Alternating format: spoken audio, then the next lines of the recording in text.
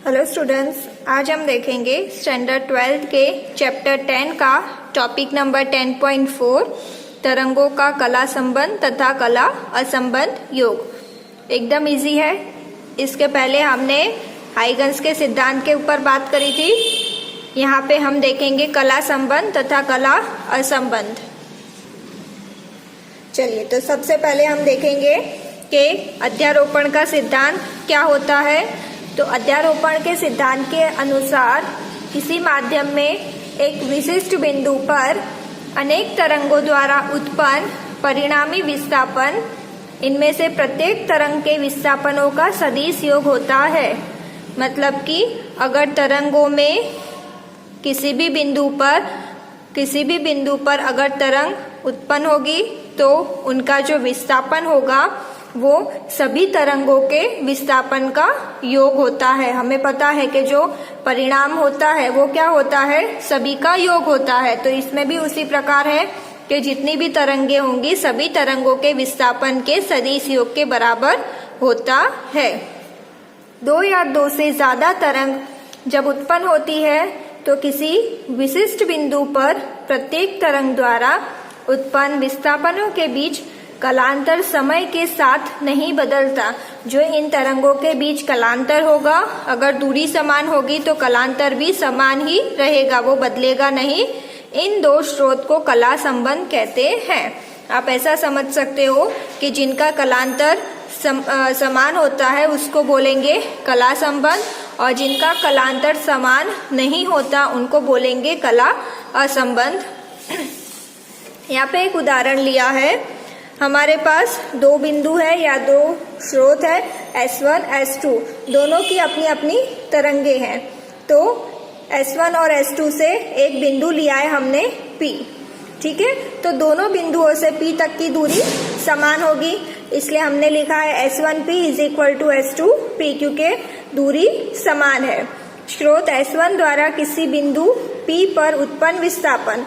अब S1 द्वारा P बिंदु पर विस्थापन कितना होगा, y1 is equal to a cos omega t।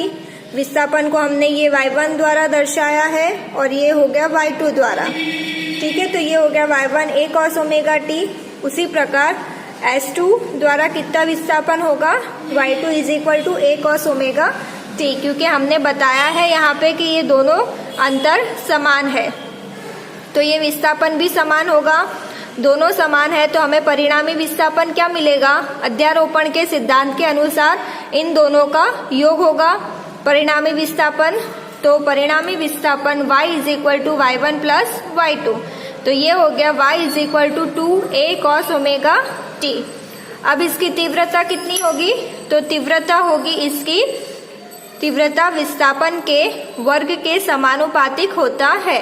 तीव्रता जो भी होगी वो विस्थापन के वर्ग के समानुपाती होगा, इसलिए हमें परिणामी तीव्रता मिलेगी I is equal to 4I0। तो ये दो चीज मिल गई हमें। अब हम बात करते हैं दूसरे एग्जाम्पल की। यहाँ पे देख सकते हैं आप, दो स्रोत है S1 और S2। ये बिंदु Q है।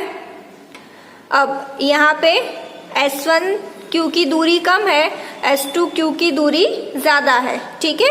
ये दूरी कम है और ये दूरी ज्यादा है, तो इसीलिए ये हो गया 7 लैम्बडा और ये हो गया 9 लैम्बडा। ये हमने उदाहरण के लिए दो नंबर दे दिए हैं। तो S1 Q है 7 लैम्बडा, S2 Q है 9 लैम्बडा। अब दोनों का अंतर हम निकालते हैं, तो S2Q माइनस S1Q करेंगे तो 9 माइनस 7, तो ये मिला हमें 2 लैम्बडा, ठीक है। ये अब धनात्मक है, माइनस नहीं है यहाँ पे, इसलिए हमें धनात्मक मिला। S1 से निर्गमित तरंगे S2 से आने वाली तरंगों की अपेक्षा ठीक दो चक्र पहले पहुंचती है, फिर कला समान होगी। यानी कि ये S1 है, S1 S2 के मुताबिक 2 चक्र पहले पहुंच जाएगी, क्योंकि इसकी कीमत कम है इसके मुताबिक। तो S1 पहले पहुंच जाएगी, S2 बाद में पहुंचेगी, उसके बाद दोनों की कला समान रहेगी।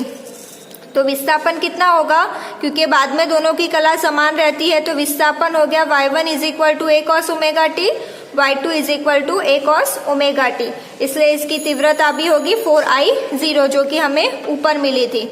तो जब हमारे पास तीव्रता अधिकतम हो, ठीक है, या कुछ कीमत हो, तीव्रता अधिकतम हो, कला समान हो, तो उसे हम बोलेंगे समपोषी व्यतिकरण। ठीक है, ये आपको याद रखना है कि जब भी तीव्रता अधिकतम हो, कला समान हो, तो उसे बोलेंगे हम समपोषी व्यतिकरण। अब हम बात करते हैं विनाशी व्यतिकरण की। तो विनाशी व्यतिकरण किस प्रकार होता है, उसके लिए हम दूसरा उदाहरण लेते हैं। यहाँ पे हमने दो स्रोत लिए हैं, S1 और S2, ये बिंदु R है। अब यहाँ पे आप देख सकते हो S1R की दूरी ज्यादा है S2R के मुताबिक, तो यहाँ पे भी हमने दो नंबर ले लिए हैं ताकि आपको आसानी से समझ में आए। S1R कितना है 9.75 लैम्बडा, S2R कितना है 7.25 लैम्बडा, तो दोनों का अंतर निकालेंगे तो ये हमें मिलेगा -2.5 लैम्बडा। आप 7.25 में से 9.75 निकालोगे तो आपको -2.5 लैम्बडा मिला, मतलब कि यहाँ पे आपको ऋणात्मक मिल रहा है। S1 से निर्गमित तरंगे स्रोत S2 से आने वाली तरंगों की अपेक्षा 2.5 चक्र बाद पहुंचती है। यहाँ पे ये छोटी तरंग है, ये बड़ी तरंग है, तो ये बाद में पहुंचेगी और ये जल्दी पहुंचेगी, इसलिए यहाँ पे हमें ऋणात्मक कीमत मिल रही है। तो इसलिए y1 होगा a cos ओमेगा t और y2 होगा -a cos ओमेगा t। ठीक है, क्योंकि बाद में पहुंचती है तो हम एक को लिखेंगे प्लस, एक को लिखेंगे माइनस। तो आप देख सकते हो कि अगर इन दोनों का मैं परिणामी विस्थापन निकालती हूँ तो कीमत हमारे पास 0 हो जाएगी। तो जब भी विस्थापन एक दूसरे को निरस्त करते हैं, दोनों की कला विपरीत होती है, तो यहाँ पे हमें परिणामी विस्थापन 0 मिलता है। इसको हम बोलते हैं विनाशी व्यतिकरण, और इसमें जो तीव्रता होती है वो 0 होती है या न्यूनतम होती है। दोनों विस्थापन अब विपरीत कलाओं में है तथा दोनों विस्थापन एक दूसरे को रद्द कर देते हैं तथा 0 तीव्रता प्राप्त होती है। इसे विनाशी व्यतिकरण कहते हैं। तो आप इस प्रकार समझ सकते हो कि समपोषी व्यतिकरण में तीव्रता अधिकतम होगी और कला समान होगी, विस्थापन की कुछ कीमत होगी या विस्थापन समान होगा, जबकि विनाशी व्यतिकरण में तीव्रता 0 होती है या न्यूनतम होती है, कला असमान होते हैं और विस्थापन भी एक दूसरे को रद्द कर देते हैं, निरस्त कर देते हैं। तो आपको ये शॉर्ट में याद रखना है।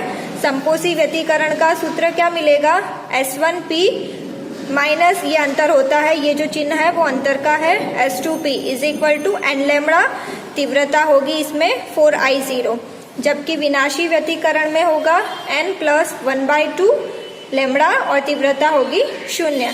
तो आपको ये दो सूत्र याद रखने हैं, ये आपको 1 मार्क्स में भी काम में आएंगे और न्यूमेरिकल्स में भी काम में आएंगे। समपोषी का सूत्र है n लैम्बडा और विनाशी व्यतिकरण का सूत्र है n प्लस 1/2 लैम्बडा। ठीक है, आई होप आपको ये टॉपिक समझ में आएगा। नेक्स्ट टॉपिक में हम यंग के प्रयोग के बारे में बात करेंगे।